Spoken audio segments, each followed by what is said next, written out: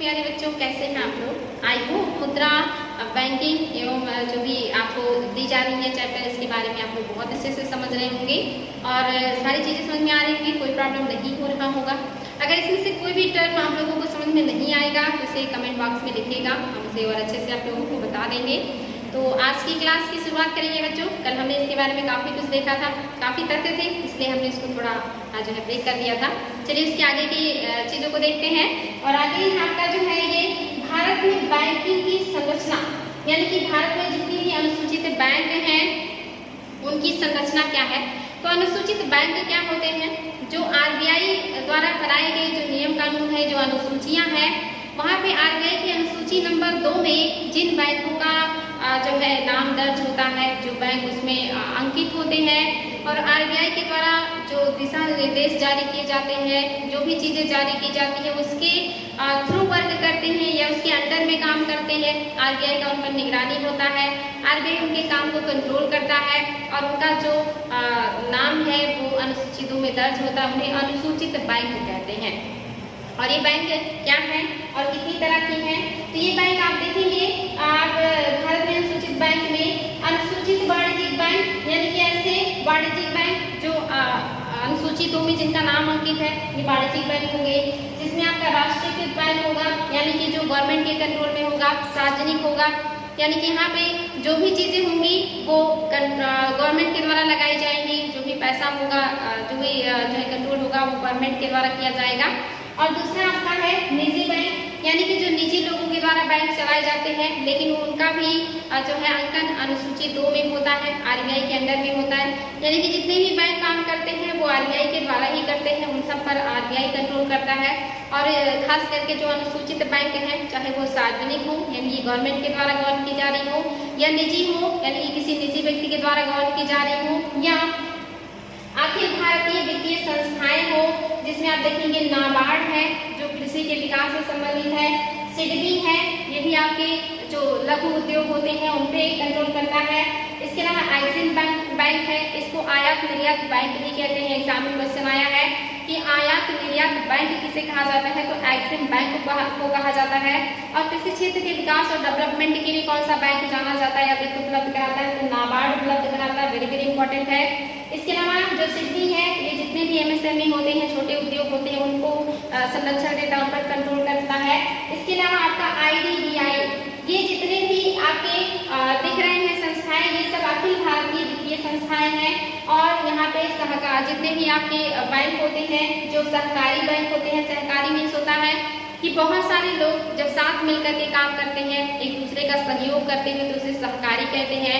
और आप देख रहे हैं आजकल सहकारी चीज़ों का बहुत ज़्यादा जो है बढ़ावा दिया जा रहा है, चाहे वो कृषि हो या बैंकिंग हो या दूसरे कार्य हो, वहाँ पे सहकारी कार्य जो है काफ़ी आगे आ रहे हैं या बढ़ रहे हैं। तो सहकारी बैंक भी होते हैं जिसमें बहुत सारे लोगों का योगदान होता है या कई सारे लोग मिल करके इस तरह का बैंक चलाते हैं। निजी बैंक होते हैं जिसमें कोई एक मालिक होता है और वही सारी चीज़ों को कंट्रोल करता है। और जो सार्वजनिक होता है वो गवर्नमेंट के कंट्रोल में होता है। तो आप यहाँ पे देख रहे हैं भारत में अनुसूचित बैंक कितने प्रकार के हैं, तो यहाँ पे आपने देखा कि 4 प्रकार के हैं। और खास करके अगर आप देखेंगे तो वाणिज्यिक में जो है आपका राष्ट्रीयकृत है और निजी बैंक है। इसके अलावा क्षेत्रीय ग्रामीण बैंक भी है, इंपॉर्टेंट है बच्चों, ध्यान देंगे। अनुसूचित वाणिज्यिक बैंक, वाणिज्यिक बैंक आप जानते हैं ऐसे बैंक जो जमा स्वीकार करते हैं, लोगों को ऋण देते हैं और उस पर ऋण जब देते हैं लोगों को तो उनसे ब्याज लेते हैं। और जब लोगों का पैसा स्वीकार करते हैं, जमा करते हैं, तो उन्हें उस पर ब्याज देते हैं। ऐसे बैंकों को वाणिज्यिक बैंक कहते हैं, यानी कि जो जमा स्वीकार करे और लोगों को लोन दे या उधार दे और उससे जो भी प्रॉफिट उसे हो उसी से वो अपना काम चलाए, ऐसे बैंकों को वाणिज्यिक बैंक कहते हैं। और ये 3 तरह के हैं, सरकारी है, निजी है और क्षेत्रीय है, यानी कि ग्रामीण क्षेत्रों की भी कुछ बैंक होते हैं। इसके अलावा आपने देखा कि सहकारी बैंक है और अखिल भारतीय वित्तीय संस्थाएं हैं। इसके अलावा कुछ और भी है जिसमें आप देखेंगे अनुसूचित सहकारी जो बैंक है ये भी 2 तरह का है। एक आपका ग्रामीण सहकारी ऋण संस्थान है जो ग्रामीण क्षेत्रों में होता है और लोगों को ऋण प्रोवाइड करता है। और दूसरा आपका शहरी सहकारी बैंक है, यानी कि ये शहरी क्षेत्रों में इसका निर्माण होता है और यहाँ पे लोगों को वित्तीय सेवाएं जो है प्रदान करता है। जो आपका ग्रामीण शहरी ऋण संस्थान है, इसमें 2 तरह के ऋण प्रोवाइड किए जाते हैं। एक तो आपका है अल्पकालीन जो है जो ऋण देते हैं या अल्पकालीन उनकी संरचना है, और दूसरा आपका है दीर्घकालीन संरचना वाले जो वित्तीय संस्थाएं जो लंबे समय तक ऋण प्रोवाइड करती हैं। अल्पकालीन संरचना में क्या है, राज्य सहकारी बैंक है, जिला केंद्रीय सहकारी बैंक है और प्राथमिक कृषि ऋण समितियां हैं। और आपका जो दीर्घकालिक संरचना वाले हैं यानी कि लंबे टाइम के लिए जो लोगों को ऋण प्रदान करते हैं, एग्जाम में आता है क्वेश्चन कि लंबे समय के लिए ग्रामीण क्षेत्रों में या आपका जो सहकारी संस्था है कौन है जो ऋण देता है, तो आपका है राज्य सहकारी कृषि और ग्रामीण विकास बैंक और दूसरा है प्राथमिक सहकारी कृषि और ग्रामीण विकास बैंक। ये दो बैंक ऐसे हैं जो लॉन्ग टाइम के लिए लोगों को ऋण प्रोवाइड करते हैं, इंपॉर्टेंट है। इसके अलावा आप देखेंगे कि गैर बैंकिंग वित्तीय संस्थाएं, कुछ ऐसी संस्थाएं हैं जो बैंक नहीं है लेकिन फिर भी वित्त जो है लोगों को बांटने का काम करते हैं, यानी कि ऐसे संस्थान जो बैंक ना होते हुए बैंक का काम करे, यानी कि लोगों से मांग जमाए, जो उनकी जमा राशि है उसे स्वीकार करे, लोगों को उधार दे, ऋण प्रदान करे। ऐसी जो कंपनियां होती हैं, जो ऐसे संस्थाएं होते हैं, उनको कहा जाता है गैर वित्तीय जो है गैर बैंकिंग वित्तीय कंपनी। तो इसमें आप देखेंगे इसका क्या क्या है, तो ये भी 3 तरह का है और खास करके अखिल भारतीय वित्तीय संस्थाएं हैं, यानी कि ऐसी संस्थाएं जो पूरे भारत में काम कर रही है, नेशनल स्तर पे काम कर रहे हैं, जिसमें आप देखेंगे भारतीय निर्यात आयात बैंक, इसको एक्सिम बैंक कहते हैं, एक्सिम बैंक, ये एग्जाम में आ चुका है क्वेश्चन। ये एक्सिम बैंक इसे कहते हैं, जो आयात निर्यात बैंक होता है उसी को एक्सिम बैंक कहते हैं। राष्ट्रीय कृषि और ग्रामीण विकास बैंक यानी कि नाबार्ड है। इसके अलावा राष्ट्रीय आवास बैंक, ये आपका है NHB, नेशनल हाउसिंग बैंक। इसके अलावा भारतीय लघु उद्योग आपका विकास बैंक, जिसको कहते हैं जो है सिडबी, ये मैंने यहाँ पे लिखा भी है कि इसमें खास करके 4 ऐसी वित्तीय संस्थाएं हैं जो अखिल भारतीय संस्थाएं हैं, जो पूरे भारत पर या नेशनल लेवल पे काम करते हैं और अलग अलग क्षेत्रों में वित्त प्रोवाइड करते हैं, जिसमें आपका एक्सिम बैंक है, जिसको आयात निर्यात बैंक कहते हैं, वो इस क्षेत्र में वित्त प्रोवाइड करता है। जो आपका नाबार्ड है, ये कृषि क्षेत्र के विकास और डेवलपमेंट से संबंधित जितने भी वित्त होते हैं वो प्रोवाइड करता है। आपका जो राष्ट्रीय आवास बैंक है, ये आवास से संबंधित जो भी वित्त होता है वो लोगों को प्रोवाइड करता है। और आपका भारतीय लघु उद्योग विकास बैंक, जिसको सिडबी कहा जाता है, ये MSME से संबंधित जो उद्योग होते हैं, छोटे लघु उद्योग होते हैं, ऐसे उद्योगों को ये ऋण प्रदान करने का काम करता है। तो ये है जो आपका अखिल भारतीय वित्तीय संस्थाएं, इनके नाम आप लोग याद रखेंगे, बहुत इंपॉर्टेंट है।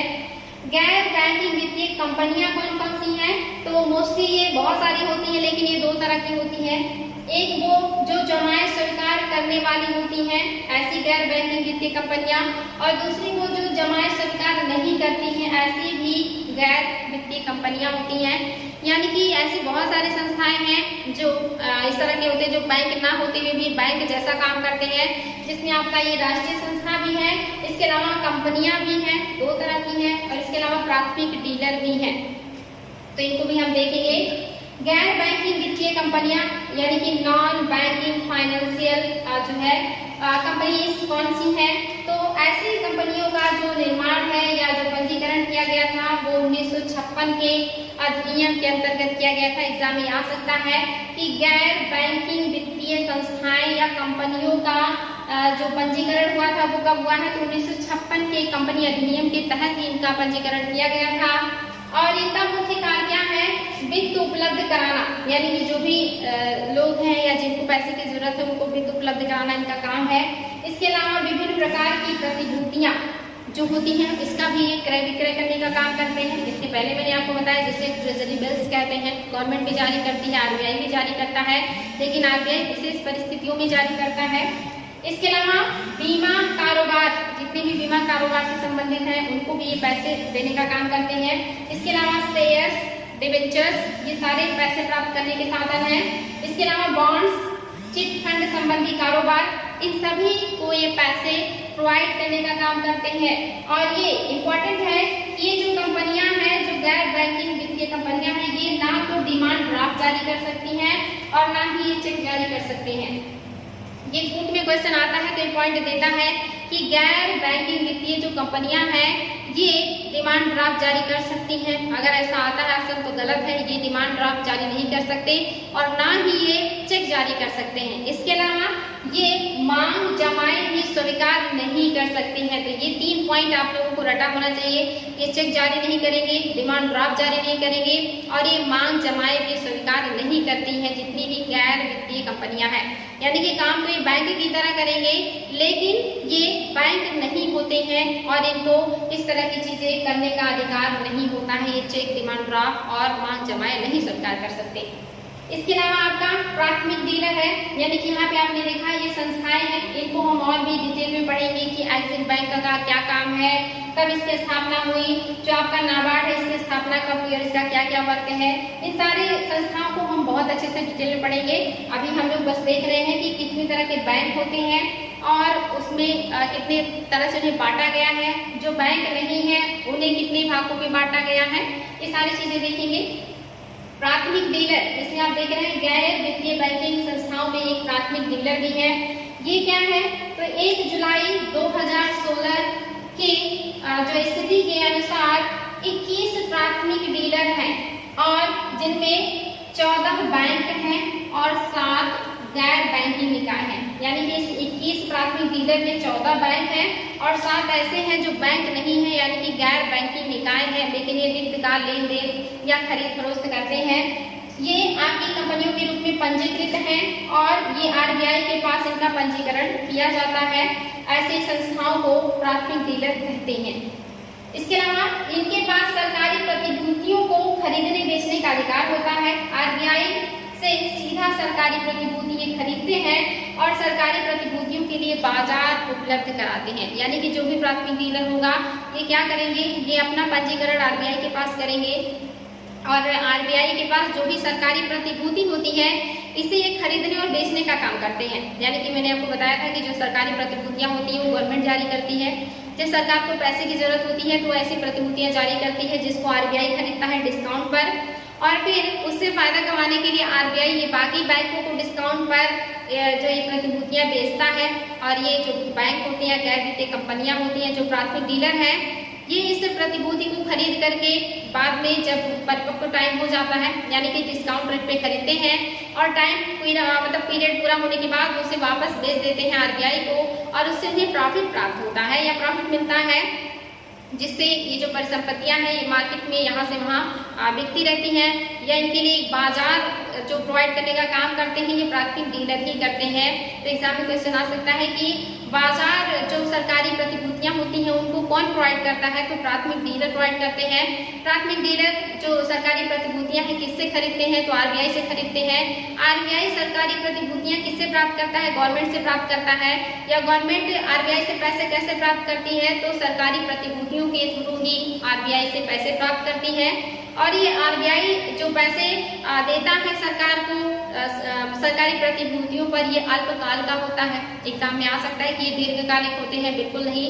जो सरकार है वो RBI से अल्पकालिक ऋण प्राप्त करता है सरकारी प्रतिभूतियों पर और ये डिस्काउंट पर जारी किए जाते हैं। यानी कि अगर 100 रुपए के होते हैं तो 90 में RBI को दिया जाएगा और जब उसका टाइम पूरा हो जाएगा तो गवर्नमेंट RBI को वो बिल दे करके वापस 100 रुपए पे करेगी, जिससे RBI को 10 रुपए का फायदा होगा।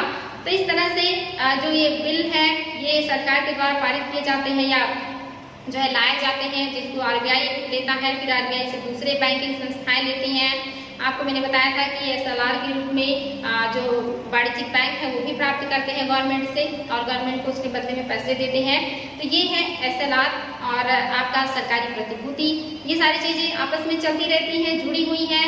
ये एक जगह मांग होगा तो दूसरी जगह जो उसकी पूर्ति के लिए काम किया जाता है। और ऐसी चीजें क्यों की जाती हैं, सबका सिर्फ एक काम है कि पैसे का जो लेन देन है, पैसे की जो आवाजाही है उसको कंट्रोल करना, मुद्रास्फीति को कंट्रोल करना, मुद्रास्फीति को कंट्रोल करना, इसके अलावा कीमतों को कंट्रोल करना।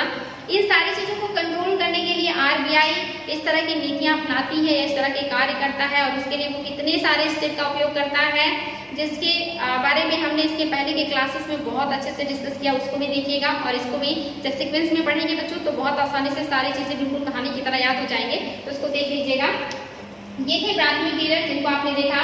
इसके अलावा एक वर्ड आजकल बहुत ज्यादा चर्चा में रहता है, गैर निष्पादित परिसंपत्तियां, नॉन परफॉर्मिंग एसेट्स। ये बहुत ज्यादा रहता है चर्चा में, एनपीए जिसको कहते हैं।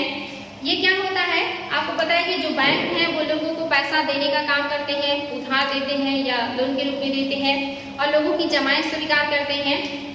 और ज्यादातर जो फायदा है बैंकों को लोन देने से होता है, क्योंकि उस पर उन्हें महंगे ब्याज पे वो जब तो लोगों को लोन देते हैं तो उससे उन्हें फायदा होता है। लेकिन कभी कभी ये जो लोन होते हैं बड़े बड़े जो उद्योगपति हैं वो ले जाते हैं और बड़े पैमाने पे ले जाते हैं और ये पैसा जो है वापस बैंकों को नहीं प्राप्त होता है या जो ब्याज होता है वो उन्हें नहीं मिलता है, जिससे जो बैंक का है बहुत बड़े पैमाने पे पैसे जो है वो डूब जाते हैं। या ऐसे संपत्तियों को गैर निष्पादित संपत्ति कह दिया जाता है जहां से बैंकों को पैसा प्राप्त नहीं होता है। और ये मोस्टली टाइम पीरियड है 90 दिनों का, यानी कि जो टाइम पीरियड है उससे अगर 90 दिन लेट हो जाए और उन्हें अपना जो राशि है जो लोगों को उन्होंने दिया है और एक निश्चित टाइम के बाद उन्हें मिलना था, वो उस टाइम को पूरा होने के 90 दिन बाद भी अगर नहीं मिलता है तो इसे नॉन परफॉर्मिंग एसेट्स कहा जाता है या एनपीए कहा जाता है। और 90 दिन के बाद जो बैंक है फिर ऐसे लोगों की संपत्ति को नीलाम कर सकती है, उनसे पैसे प्राप्त करने के दूसरे तरीके भी ईजाद करती है, इसी को एनपीए कहते हैं। इससे जो बैंक है काफी इनको नुकसान होता है। पिछले कुछ वर्षों में आपने देखा था कि जब विमुद्रीकरण हुआ उसके पहले बहुत सारे बैंक जो थे वो दिवालिया हो गए थे। बहुत बड़े पैमाने पे जो बैंक थे वो एनपीए में चले गए थे, जिसकी वजह से जो गवर्नमेंट है उन्होंने बैंकों के विलय की नीति अपनाई और बहुत सारे बैंकों का विलय कर दिया गया था।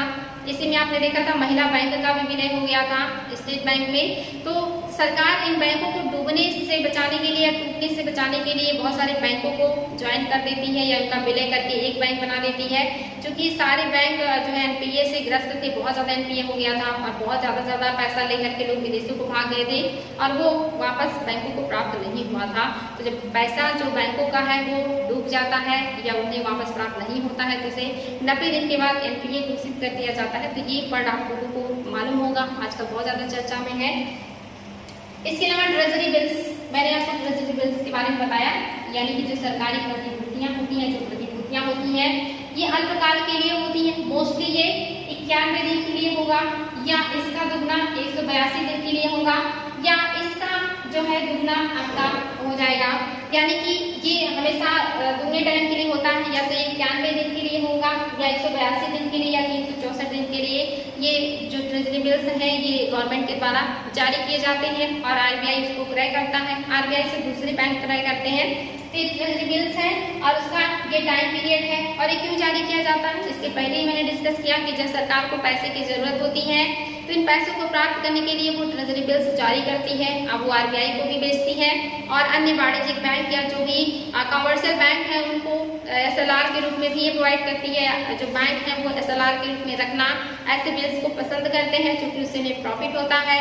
और वो क्यों रखते हैं ये सारी चीजें मैंने आपको बताई हैं, तो बहुत इंपॉर्टेंट है बच्चों, ध्यान देंगे। ट्रेजरी बिल्स गवर्नमेंट के द्वारा जारी की जाती है। टाइम पीरियड याद होना चाहिए आपको, एग्जाम में आ सकता है 91 दिन, 182 और 364, यानी कि ये दुगना डेज पे बनाया जाता है।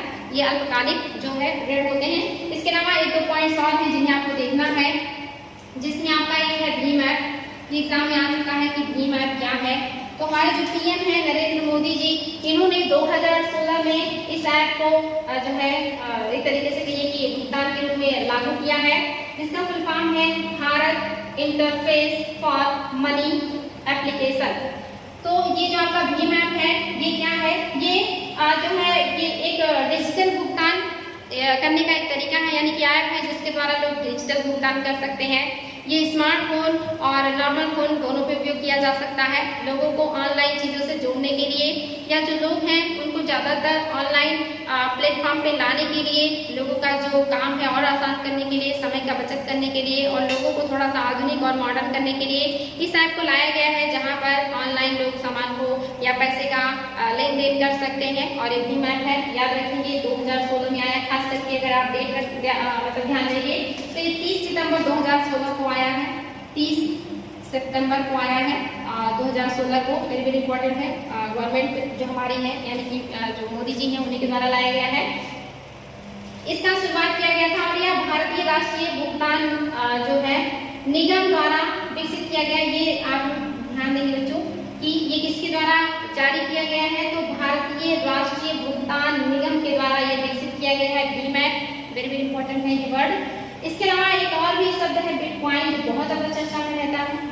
अक्सर आप देखते हैं जब भी जो विदेशी लोग होते हैं या ऐसे कुछ लोग होते हैं जो पैसा कमाने के लिए ऐसे वायरसेस का निर्माण करते हैं, और जो कंप्यूटर्स होते हैं, जो सूचनाएं होते हैं, और सारी चीजें ऑनलाइन होने की वजह से उनको हैंग कर लेते हैं, और हैंग करने के बाद वो बहुत ज्यादा पैसे का डिमांड करते हैं, और ज्यादातर जो पैसे का डिमांड करते हैं वो बिटकॉइन में करते हैं।